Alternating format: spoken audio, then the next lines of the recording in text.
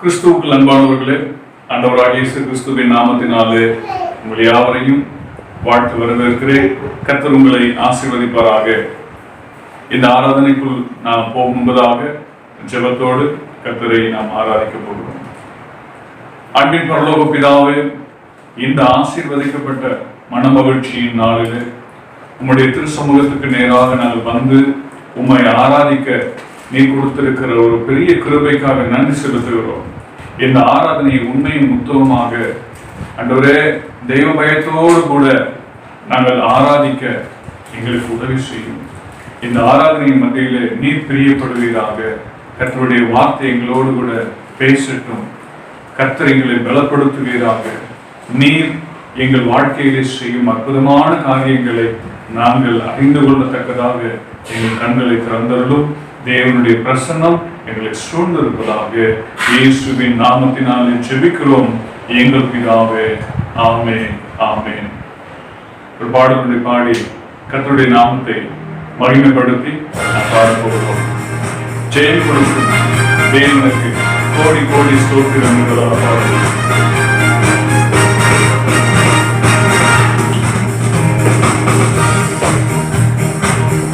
ஜெயம் கொடுக்கும் தேவனுக்கு கோடி கோடி ஸ்தோத்திரம். வாழ்வளிக்கும் இயேசு ராஜாவுக்கு வாழ்நாளெல்லாம் ஸ்தோத்திரம். ஜெயம் கொடுக்கும் தேவனுக்கு கோடி கோடி ஸ்தோத்திரம். வாழ்வளிக்கும் இயேசு ராஜாவுக்கு வாழ்நாளெல்லாம் ஸ்தோத்திரம். Alleluia, alleluia, பாடுவேன் ஆனந்த துணியா உயர்த்துவேன். Alleluia, alleluia, பாடுவேன் ஆனந்த துணியா உயர்த்துவேன். ஜெயம் கொடுக்கும் தேவனுக்கு கோடி கோடி ஸ்தோத்திரம். வாழ்வளிக்கும் இயேசு ராஜாவுக்கு வாழ்நாளெல்லாம் ஸ்தோத்திரம். நீரின் கரத்தினால் தாங்கி நடத்துவார். நீரின் கரத்தினால் தாங்கி நடத்துவார். கர்த்தரே என்பன் எனக்குமே அஞ்சிரேன். கர்த்தரே என்பன் எனக்குமே அஞ்சிரேன். ஜெயம் கொடுக்கும் தேவனுக்கு கோடி கோடி ஸ்தோத்திரம். வாழ்வளிக்கும் இயேசு ராஜாவுக்கு வாழ்நாளெல்லாம் ஸ்தோத்திரம்.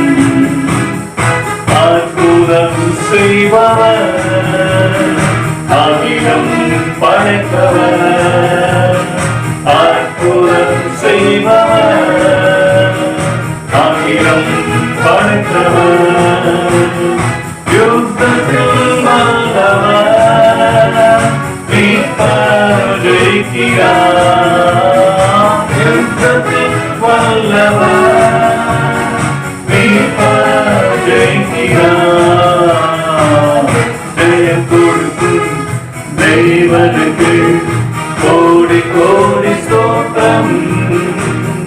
வாழ்வளிக்கும் இயேசு ராஜாவுக்கு வாழ்நாளெல்லாம் ஸ்தோத்திரம்.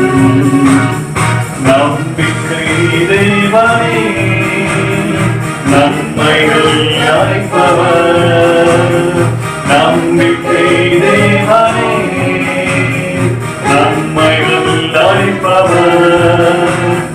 வார்த்தையை அனுப்பியே மகிமைப்படுத்துவார். வார்த்தையை அனுப்பியே மகிமைப்படுத்துவார். ஜெயம் கொடுக்கும் தேவனுக்கு கோடி கோடி ஸ்தோத்திரம். வாழ்வளிக்கும் இயேசு ராஜாவுக்கு வாழ்நாளெல்லாம் ஸ்தோத்திரம்.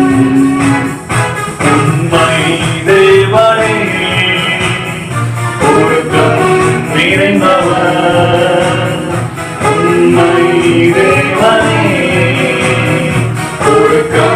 நிறைந்தவர் உன்னை காப்பவர் உறங்குவதில்லையே உன்னை காப்பவர் உறங்குவதில்லையே ஜெயம் கொடுக்கும் தேவனுக்கு கோடி கோடி ஸ்தோத்திரம் வாழ்வளிக்கும் இயேசு ராஜாவுக்கு வாழ்நாளெல்லாம் ஸ்தோத்திரம் ஜெயம் கொடுக்கும் தேவனுக்கு கோடி கோடி ஸ்தோத்திரம் வாழ்வளிக்கும் இயேசு ராஜாவுக்கு வாழ்நாளெல்லாம் ஸ்தோத்திரம் அல்லேலூயா அல்லேலூயா பாடுவே நானும் மெலோடியா உயர்த்துவே அல்லேலூயா அல்லேலூயா பாடுவே நானும் மெலோடியா உயர்த்துவே ஜெயம் கொடுக்கும் தேவனுக்கு கோடி கோடி ஸ்தோத்திரம் வாழ்வளிக்கும் இயேசு ராஜாவுக்கு வாழ்நாளெல்லாம் ஸ்தோத்திரம்.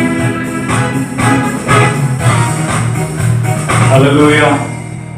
கர்த்தருடைய நாமத்துக்கு மகிமை உண்டாவதாக. ஒரு சங்கீத பகுதி ஒன்றை நாம் வாசிக்க கேட்போம். இன்றைக்கு வாசிக்கும்படியாக தெரிந்து கொள்ளப்பட்ட சங்கீதம் 127வது சங்கீதம். இன்றைக்கு வாசிக்கும்படியாக தெரிந்து கொள்ளப்பட்ட சங்கீதம் 127ஆம் சங்கீதம். நாம் அனைவரும் சேர்ந்து வாசிப்போம். கர்த்தர் வீட்டை கட்டாராகி அதை கட்டுகிறவர்களின் பிரயாசம் விருதா. கர்த்தர் நகரத்தை காவாராகி காவலாளர்கள் விழித்திருக்கிறது விருதா. நீங்கள் அதிகாலையில் எழுந்து நேரப்பட வேலைகளை தரித்து வருத்தத்தின் அப்பத்தை சாப்பிடுகிறதும் விருதா. அவரே தமக்கு பிரியமானவனுக்கு நித்திரை அளிக்கிறார். இதோ பிள்ளைகள் கர்த்தரால் வரும் சுதந்திரம், கர்ப்பத்தின் கனி அவரால் கிடைக்கும் பலன். வார வயதின் குமாரன் பலவான் கையில் உள்ள அம்புக்கு ஒப்பாய் இருக்கிறான். அவைகளால் தன் அம்பர துணியை நிரம்பின புருஷன் பாக்கியவான். அவர்கள் ஞானம் அடையாமல் ஒளிமுக வாசலில் சத்துருக்களோடு பேசுவார்கள். ஆமென். அல்லேலூயா. கர்த்தருடைய பரிசுத்த நாமத்துக்கு மகிமை உண்டாவதாக. இந்த செய்தி வேளைக்கு உங்களை அன்போடு கூட வாழ்த்து வரவேற்கிறேன். கர்த்தர் உங்களை ஆசீர்வதிப்பாராக. இன்றைக்கு நாம் கர்த்தருடைய செய்தியாக தியானம் பண்ண போகிற பகுதி சங்கீதத்தின் புஸ்தகம் 127வது அதிகாரம் முதல் 2 வசனங்களை நாம் வாசித்து தியானம் பண்ண போகிறோம். கர்த்தர் வீட்டை கட்டாராகி அதை கட்டுகிறவர்களுடைய பிரயாசம் விருதா. கர்த்தர் நகரத்தை காவாராகி காவலாளர் விழித்திருக்கிறது விருதா. ஆண்டவர் இந்த வசனத்தை சாலமோன் மூலமாக நமக்கு கொடுத்திருக்கிறார். இந்த வசனத்தை நாம் வாசிக்கிற வேளையில அல்லது கட்டுகிற மனிதனுடைய வேலை, காக்கிற மனிதனுடைய வேலை என்று சொல்லப்பட்டிருக்கிறது. இந்த 2 காரியத்திலும் நாம் ஒன்றை புரிந்து கொள்ள வேண்டும். கர்த்தர் இருக்கிறதையும் கர்த்தர் இல்லாது இருக்கிறதிலும் இருக்கிற வித்தியாசத்தை நாம் பார்க்க வேண்டும். இன்றைக்கு கர்த்தர் நம்முடைய வீட்டை கட்டவில்லை என்று சொன்னால் அதை கட்ட முயற்சிக்கிற அல்லது கட்டி கொண்டு இருக்கிற மனிதனுடைய வாழ்க்கையில அந்த பிரயாசமானது விருதா, வீண் என்று சொல்லப்பட்டிருக்கிறது. கர்த்தர் நகரத்தை காவாராகி என்று சொன்னால் கர்த்தர் தான் இந்த நகரத்தை காக்க வேண்டும். அப்படி அவர் காக்காத பட்சத்திலே, அவர் பாதுகாக்காத பட்சத்திலே ஒரு மனிதனுடைய முயற்சி, பலம், அவனுடைய திறமை, அவனுடைய விழித்திருக்கிறது, அவனுடைய எல்லா விதமான தாளந்துகளும் அந்த இடத்துல வீண் என்று சொல்லப்பட்டிருக்கிறது. விருதா, பயனற்றது, நேரம் அப்படி எல்லாம் வீணாய் போகிறது. காரணம், மனிதனுடைய எல்லா செயல்களையும் கர்த்தர் தம்முடைய கட்டுப்பாட்டுக்குள்ளே வைத்திருக்கிறார். எனக்கு அன்பானவர்களே, ஒரு மனிதன் ஒரு வீடு கட்டுமான வேலையை பார்த்து கொண்டிருந்தார். அதாவது கட்டி கொண்டிருக்கிற வீட்டை ஒவ்வொரு முறையும் அந்த பகுதியிலே போகும்பொழுது வரும்பொழுது பார்த்து கொண்டே இருப்பார். அது கட்டி முடிக்கப்பட்ட பின்பு அந்த வீடு மிக நேர்த்தியாக, அழகாக, மிக லட்சணமாக அந்த வீடு வடிவமைக்கப்பட்டிருந்தது. அந்த பக்கமாய் போகிற ஒவ்வொருவரும் அந்த வீட்டை புகழாமல் போகிறதே இல்லை. ஒரு நாள் இந்த வீட்டை பார்த்து கொண்டே இருந்த ஒரு மனிதன் தனக்கும் இப்படி ஒரு வீட்டை கட்ட வேண்டும் என்று சொல்லி ஒரு ஆசை. அவனுக்கு இருந்த நிலத்திலே அவன் வீடு கட்டுகிறதுக்கு முயற்சி எடுத்து இந்த வீட்டை கட்டின அதே பொறியாளர், இன்ஜினியரை அழைத்து நமக்கு ஒரு வீடு கட்ட வேண்டும் என்று சொல்லி அவன் முயற்சி செய்த பொழுது அந்த பொறியாளரை அழைத்து எனக்கும் இப்படி ஒரு வீடை கட்டுங்கள் என்று சொன்னான். அந்த பொறியாளர் சொல்லுகிறார், இந்த வீடை உங்களுக்காக நான் கட்டப்போகிற வீடை நான் வடிவமைக்கிறதுக்கு எனக்கு சில நாட்கள் தேவைப்படும் என்று சொன்னார். அப்பொழுது அவர் சில நாள் கடந்தது. ஆனால் இந்த பொறியாளர் வரவில்லை. ஆகவே இந்த நிலத்தின் உரிமையாளருக்கு சற்று வருத்தம். இந்த பொறியாளரை நம்பி நாம் இதை செய்ய வேண்டுமா? நமக்கு அறிவு இருக்கிறது, நமக்கு தாளந்து இருக்கிறது, நமக்கு அனுபவம் இருக்கிறது என்று சொல்லி தானே அந்த நிலத்திலே ஒரு வீட்டை கட்ட ஆரம்பித்தார். அந்த வீடு அமைப்பு இல்லாமல் மிக அலங்கோலமாக சரியில்லாமல் இருந்தது. அந்த வீட்டை பார்க்கிறவர்கள் எல்லாரும் சொன்னாங்க, நீங்கள் அதிகமான பணம் செலவழித்தும் இந்த வீட்டை உங்களால் நேர்த்தியாக செய்ய முடியவில்லையே, ஏன் என்று சொல்லி அவரிடத்தில் மன உளைச்சலை ஏற்படுத்தும்படியான கேள்வியை கேட்டுக்கொண்டே இருந்தார். அப்புறம் இந்த பொறியாளர் சில நாட்களுக்கு பின்பதாக வந்த பொழுது அந்த இடத்துல கட்டுமான வேலை பெரிய அளவிலே முடித்திருந்தது. ஆனால் தாம் கட்ட வேண்டிய அந்த வீட்டை வேறு யாரோ கட்டி கொண்டிருக்கிறார் என்று சொல்லி அந்த பொறியாளருக்கு சற்று வருத்தம். அந்த வீட்டின் உரிமையாளர் அவரை பார்த்த உடனே அவரை அழைத்து, நீங்கள் வர தாமதித்ததினாலே நான் அந்த வேலையை ஆரம்பித்து விட்டேன் என்று சொன்னார். ஆனால் அவருடைய வேலைப்பாடுகள் அந்த அளவுக்கு நேர்த்தியாக இல்லாதது குறித்து இந்த பொறியாளர் தான் வரைந்து வைத்திருக்கிறதான அந்த வரைபடத்தை அவருக்கு காட்டும் பொழுது மிகவும் வருத்தப்பட்டார். இவ்வளவு நேர்த்தியான அழகான ஒரு வீட்டை எனக்காக நீங்கள் வடிவமைத்திருக்கிறீர்கள் என்று சொல்லி நான் கொஞ்சமும் எதிர்பார்க்கவில்லை என்று சொன்னேன். இவ்வளவு வேலை முடிந்த பின்பதாக இந்த வீட்டை சீரமைக்க முடியுமா என்று சொல்லி கேட்கும்பொழுது அந்த பொறியாளர் சொல்கிறார், நிச்சயமாக நான் உங்களுக்கு இந்த வீட்டை உங்களுடைய விருப்பப்படி இதை நேர்த்தியாக நான் கட்டி கொடுக்கிறேன் என்று சொல்லி அதை அவர் தொடர்ந்து அந்த வேலைகளை எல்லாவற்றையும் மாறுதலோடு கூட செய்து முடித்தார். பின்பதாக அந்த வீடு மிக நேர்த்தியாக கட்டப்பட்டு மிக லட்சணமாக இருந்ததை அங்கே இருக்கிறவர்கள் பார்த்து அநேகர் பாராட்டினார்கள். ஆக இந்த வேலை இவர்கள் தான் செய்ய முடியும் என்று சொல்லி அதை அவரிடத்துல ஒப்பு கொடுக்கும் பொழுது அந்த வேலை நேர்த்தியாக இருக்கிறதை நாம் பார்க்க முடியும். வீடு என்கிறது இந்த இடத்துல சொல்லப்பட்டிருக்கிறது. ஆனால் வாஸ்தவத்திலே வீடு என்பது ஒரு குடும்பத்தை குறிக்கிறதாக இருக்கும். குடும்பம் என்கிறதான ஒரு உறவுக்குள்ள தேவன் இருந்தால் மட்டுமே அது சீராக இருக்க முடியும். கர்த்தர் இந்த வீட்டை கட்டாராகில் அதை கர்த்தர்களுடைய பிரயாசம், அவருடைய வேலைப்பாடுகள் வீண் என்று சொல்லப்பட்டிருக்கிறது. ஆக யோபுவை குறித்து நாம் பார்க்க முடியும் சொன்னால், யோபு தன்னுடைய வாழ்க்கையில எத்தனையோ காரியங்களுக்காக தேவனை சார்ந்து கொண்டே இருந்தார். தங்களுடைய பிள்ளைகளுடைய எதிர்காலம், தங்களுடைய பிள்ளைகளுடைய வாழ்வாதாரம் இவைகளை குறித்து எப்பொழுதும் ஒரு யோசனையோடு இருந்து தினந்தோறும் அவங்களுடைய காரியங்களுக்காக பலி செலுத்துகிறவனாக இருந்தார். கர்த்தர் அந்த குடும்பத்தை வேலி அடைத்து இருந்தார். பிசாசானவன் அந்த குடும்பத்தின் மேலே ஒரு கண் வைத்திருந்தான். ஆனால் அவனால் அந்த குடும்பத்திலே புகுந்து அவனால் ஒரு தீமையும் செய்ய முடியவில்லை. காரணம், கர்த்தர் அந்த வீட்டை பாதுகாத்திருந்தார். உங்களுடைய குடும்பத்தை கர்த்தர் பாதுகாத்து வேலி அடைத்திருப்பார் என்று சொன்னால் பிசாசுக்கு அங்கே இடமில்லை. ஆண்டவர் ஒரு மனிதனுடைய வாழ்க்கையில் உத்தமத்தை விளங்க செய்ய வேண்டும் என்று சொன்னால் சில சோதனைகளை அனுமதிப்பாரே அல்லாமல் அவர் சோதிக்கிறது அல்ல. அவர் வீட்டை நிலைப்பாடாக, குடும்பத்தை உறுதியாக கட்ட வேண்டும் என்று சொல்லி விரும்புகிறார். ஆக அந்த குடும்பத்தில் மிக முக்கியமான நபர்களை கர்த்தர் சந்திக்க விரும்புகிறார். ஒரு வீடு கட்ட வேண்டும் என்று சொன்னால் அல்லது ஒரு குடும்பத்தை கர்த்தர் அந்த உருவாக்க வேண்டும் என்று சொன்னால் இரண்டு நபர்களை கர்த்தர் அழைக்கிறார். ஒன்று ஆண் என்று சொல்லப்படுகிறதான குடும்ப தலைவன். அந்த குடும்ப தலைவனை கர்த்தர் தொடுபடியாக அந்த குடும்ப தலைவனிடத்துல எதிர்பார்க்கிற சில காரியங்களை ஆண்டவர் இந்த இடத்துல சொல்றார். அப்போஸ்தலர்களுடைய புஸ்தகம் 10வது அதிகாரம் கொர்நேலியு என்கிறதான ஒரு மனிதனை ஆண்டவர் வேதத்துல நமக்கு அடையாளம் காட்டுகிறார். ஒரு மனிதன், அவன் ஒரு குடும்ப தலைவன். அவனுக்கு கீழே அவனுடைய மனைவி, அவனுடைய பிள்ளைகள் எல்லாரும் இருந்தார்கள். மாத்திரமல்ல, அவன் ஒரு அரசாங்க வேலை செய்கிறவன், 100 பேருக்கு அதிபதியாக இருக்கக்கூடிய ஒரு மனிதன். அவன் தேவ பக்தி உள்ளவன் என்று சொல்லப்பட்டிருக்கிறது. ஒரு குடும்பம் கட்டப்பட வேண்டும் என்று சொன்னால் முதலாவது அவர்கள் தேவ பக்தி உள்ளவர்களாக இருக்க வேண்டும். ஒரு குடும்ப தலைவனோ குடும்ப தலைவியோ தேவ பக்தி உள்ளவனாக இருக்க வேண்டும். அந்த குடும்பத்தை கர்த்தர் இணைத்து கட்டுகிறதுக்கு அந்த குடும்பத்தில் இருக்கக்கூடிய மிக முக்கியமான நபர்களை கர்த்தர் இப்படிதான் பயன்படுத்த விரும்புகிறார். அவரிடத்துல தெய்வ பக்தி உள்ள ஒரு மனிதனாக இருக்க வேண்டும். அடுத்ததாக சொல்லப்பட்டு இருக்கிறது, அவன் தேவனுக்கு பயந்தவனாக இருந்தும் தன் வீட்டார் அனைவரோடு கூட தேவனுக்கு பயந்த ஒரு மனிதனாக இருந்தான். அப்ப பாருங்க, இந்த வீட்டை ஆண்டவர் ஆசீர்வதிக்க விரும்புகிறார். தெய்வ பக்தி உள்ளவனாக இருக்கிறான். தன் குடும்பத்தார் அனைவரோடு கூட அவன் தேவனுக்கு பயப்படுகிறவனாக இருந்தான்.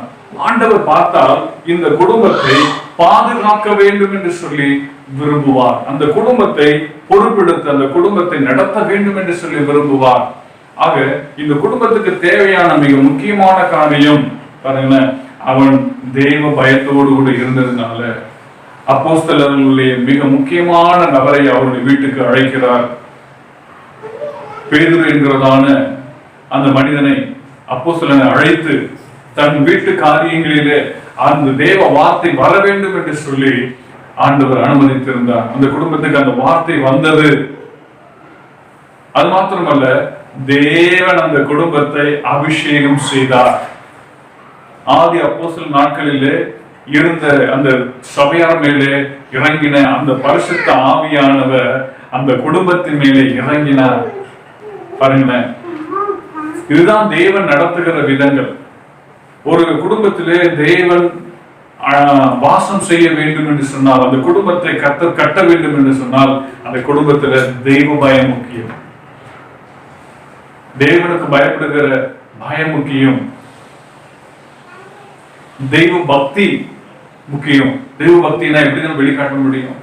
அவன் ஜெபிக்கிற மனிதனாக இருந்தான். எவ்வளவு வேலைகள் இருந்தாலும், குடும்ப சுமைகள் இருந்தாலும், பொறுப்புகள் இருந்தாலும் அவன் ஜெபிக்கிறவனாக இருந்தான். தான தர்மங்களை செய்கிறவனாக இருந்தான். பாருங்களேன், ஆண்டவர் அந்த வீட்டை கட்டுகிறார். பரிசுத்த ஆவியானவர் அந்த குடும்பத்துக்கு தருகிறார். ரட்சிப்பை அந்த குடும்பத்துக்கு தருகிறார். அப்போ இந்த குடும்பம் தேவனால் பாதுகாக்கப்படுகிறது. தேவனால் ஆலோசனைக்குள்ளே அந்த குடும்பம் கொண்டு வரப்படுகிறது. பரிசுத்த ஆவியானவர் இருந்தால் என்ன செய்வார்? பரிசுத்த ஆவியானவர் அந்த குடும்பத்தை நடத்துவார். பரிசுத்த ஆவியானவருடைய மிக முக்கியமான வேலை பாவத்தை குறித்தும் நீதியை குறித்தும் நியாயத்திற்கு குறித்தும் உலகத்தை கண்டித்து உணர்த்துகிறார். உலகத்தையே கண்டித்து உணர்த்துகிற தேவனாய் இருந்தால் அவர் நேசிக்கிற குடும்பத்தை எவ்வளவு அருமையாய் அவர் உணர்த்துவார், போதிப்பார். அவர் என்ன செய்வார்? அந்த குடும்பத்துக்காக பரிதபிப்பார். அல்லேலூயா. ஆக இரண்டாவது, அந்த குடும்பத்தை கட்ட வேண்டும் என்று சொன்னால் இரண்டாவது ஒரு நபரை ஆண்டவர் தேர்ந்தெடுக்கிறார். அது பெண். அந்த குடும்ப தலைவியை ஆண்டவர் தேர்ந்தெடுக்கிறார். அந்த குடும்பம் ஆசீர்வாதமாக இருக்க வேண்டும். அந்த குடும்பத்தை நான் பாதுகாக்க வேண்டும், குடும்பத்தை கட்ட வேண்டும் என்று சொல்லி ஆண்டவர் விரும்பினார். அந்த குடும்பத்தில் அடுத்த நபராக பெண்ணை தேர்ந்தெடுக்கிறார். அந்த குடும்ப தலைவியை தேர்ந்தெடுக்கிறார். நாம் பார்க்கிறோம், புத்தியுள்ள ஸ்திரீ தன் வீட்டை கட்டுகிறார். பாருங்க, ஒரு வீடு கட்டப்படுகிறதுக்கு, ஒரு குடும்பம் கட்டப்படுகிறதுக்கு மிக அவசியமான ஒன்று புத்தி, ஞானம். ஞானம் என்கிறது என்ன? இந்த நீதிமொழி புத்தகத்தில் பார்க்கும் என்று சொன்னால் இயேசு கிறிஸ்துவை ஞானத்துக்கு ஒப்பிடப்படுகிறது. ஞானம், அறிவு, புத்தி, இதையெல்லாம் ஆண்டவர் அவர் கொடுக்கிறதான ஒரு அனுபவம். புத்தி உள்ள ஸ்திரீ என்று சொல்லப்பட்டிருக்கிறது. அப்போ தெய்வத்தை சார்ந்திருக்கிற ஒரு ஸ்திரீ. நான் சொல்லுகிறது உலக ஞானமோ உலக அறிவோ அல்ல, தேவ ஞானம், தேவன் கொடுத்திருக்கிறதான அறிவு, தேவன் கொடுத்திருக்கிறதான புத்தி, தேவன் கொடுத்திருக்கிறதான குணநலம், குணசாலியான ஸ்திரீயை கண்டுபிடிப்பவன் யார் என்று சொல்லப்பட்டிருக்கிறது. அப்ப இந்த குணசாலியான ஸ்திரீயை குறித்து நீதிமொழி புஸ்தகம் 31வது அதிகாரத்தில் நாம் வாசிக்கிறோம். குணசாலியான ஸ்திரீ என்னதான் செய்கிறார்? தன் வீட்டு காரியங்களை ஒழுங்குபடுத்துகிறார். தன் கணவனுக்கு அவர் ஒரு கிரீடமாக இருக்கிறார். பிள்ளைகளுடைய காரியங்களிலே கவனம் வைக்கிறார். தன்னுடைய உடுப்பிலே கவனம் வைக்கிறார். தன்னுடைய தொழிலே கவனம் வைக்கிறார். பாருங்க, இது எல்லாம் என்ன? தேவன் நேரடியாக இந்த வீட்டை கட்ட வேண்டும் என்று சொன்னால் அந்த குடும்ப நபர்களை தான் தெரிந்து கொள்ளுகிறார். ஒன்று, தெய்வ பயம் உள்ள, தெய்வ பக்தி உள்ள ஒரு ஆணை தெரிந்து கொள்ளுகிறார். புத்தி உள்ள ஸ்திரீயாய் ஒரு ஸ்திரியை அந்த குடும்பத்தில் கண்டு அவளுக்கு உதவி செய்கிறார் இந்த வீட்டை கட்டுகிறதுக்கு. அந்த குடும்பம் கட்டப்படுகிறதுக்கு மிக அவசியம் நல்ல தெய்வ பயம் வேணும், குணசாலியாக இருக்க வேண்டும். இந்த இடத்துல சோம்பல் இல்லாத தன்மை பாருங்க. அந்த குணசாலியான ஸ்திரீ என்ன செய்கிறார்? அதிகாலையில் இருட்டோடு எழுந்திருக்கிறார். காலதாமதமாக அவள் உறங்கி அதிகாலமே எழுந்து இருட்டோடு எழுந்து தன் வீட்டாருக்கு ஆகாரம் கொடுக்கிறார், தன் வேலைக்காரிகளுக்கு படி அளக்கிறார் என்றெல்லாம் சொல்லப்பட்டிருக்கிறது. ஒரு குடும்பம் கட்டப்பட வேண்டும் என்று சொன்னால் தேவன் அந்த இடத்துல இருக்க வேண்டும் என்று சொல்லப்பட்டிருக்கிறது.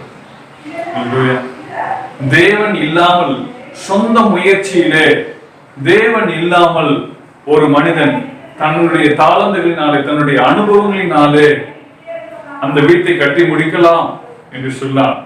தேவன் இல்லாமலே தன்னுடைய சொந்த முயற்சியிலே, தன்னுடைய சொந்த பலத்திலே, தன்னுடைய சொந்த ஞானத்திலே, அனுபவங்களிலே ஒரு குடும்பத்தை நடத்தி விடலாம் என்று சொன்னால் அது கடைசியாக அந்த குடும்பம் ஒன்றுமில்லாமல் பிரயோஜனமற்ற ஒரு காரியத்தை அவர்கள் பெற்றுக் கொள்வார்கள் என்று சொல்லப்பட்டிருக்கிறது.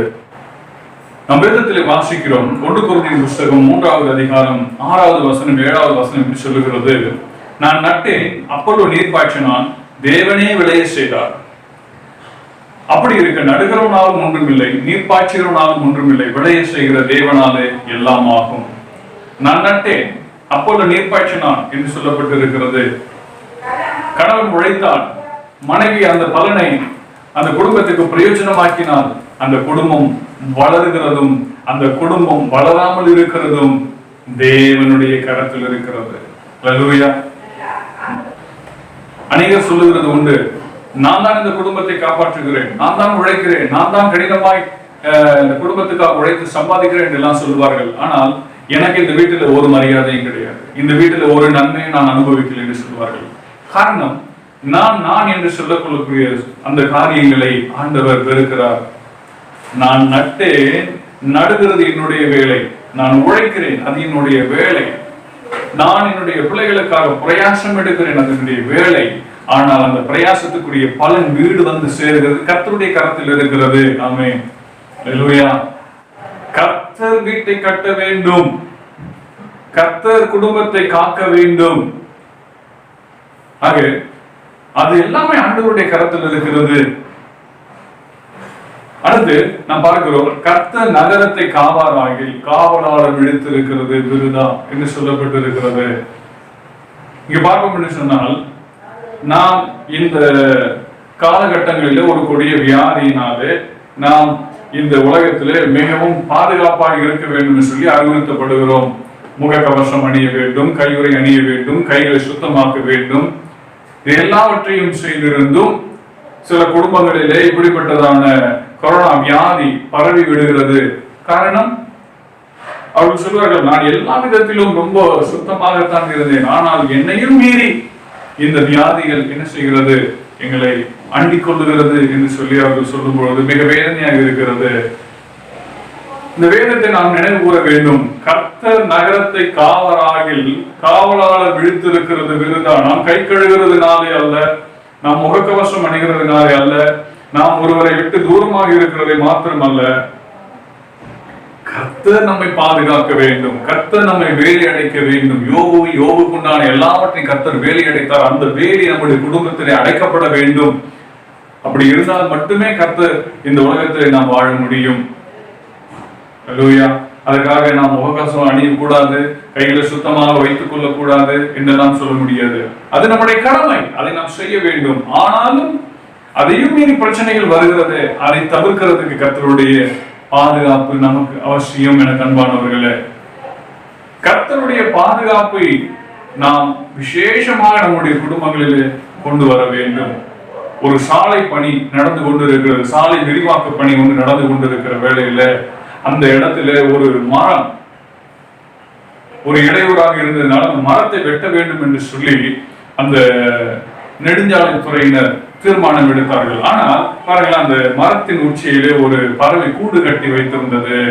ஆனால் அந்த சூழ்நிலையிலே அந்த பொறியாளர் அந்த கூட்டை ஒரு எந்திரத்தின் மூலமாக எட்டி பார்க்கும் பொழுது தற்சமயம் இப்பொழுதுதான் குஞ்சு பொறிக்கப்பட்டிருக்கிறதான ஒரு கூடு ஒன்று இருந்தது, பறவை கூடு.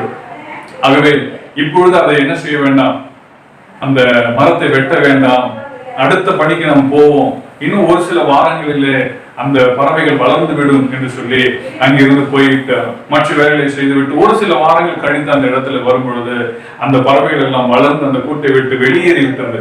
அந்த கூடு காலியாக இருந்தது. இப்பொழுது அந்த அந்த அந்த பொறியாளர் என்ன சொல்கிறார், இப்பொழுது இந்த மரத்தை வெட்டலாம் என்று சொல்கிறார்கள். அப்படி வெட்டும் பொழுது அந்த கூடானது கீழே விழுந்தது. அந்த கூட்டிலிருந்து அது சேகரித்து கூடாக அமைத்து வைத்திருந்த சில காகிதங்கள் பறந்தது. அந்த காகித துண்டை ஒன்றை எடுத்து பார்க்கும் பொழுது அதில் சிறு பிள்ளைகள் ஞாயிறு பள்ளியில் எழுதி வைத்த ஒரு வசனத்தை அங்கே பார்த்தார்.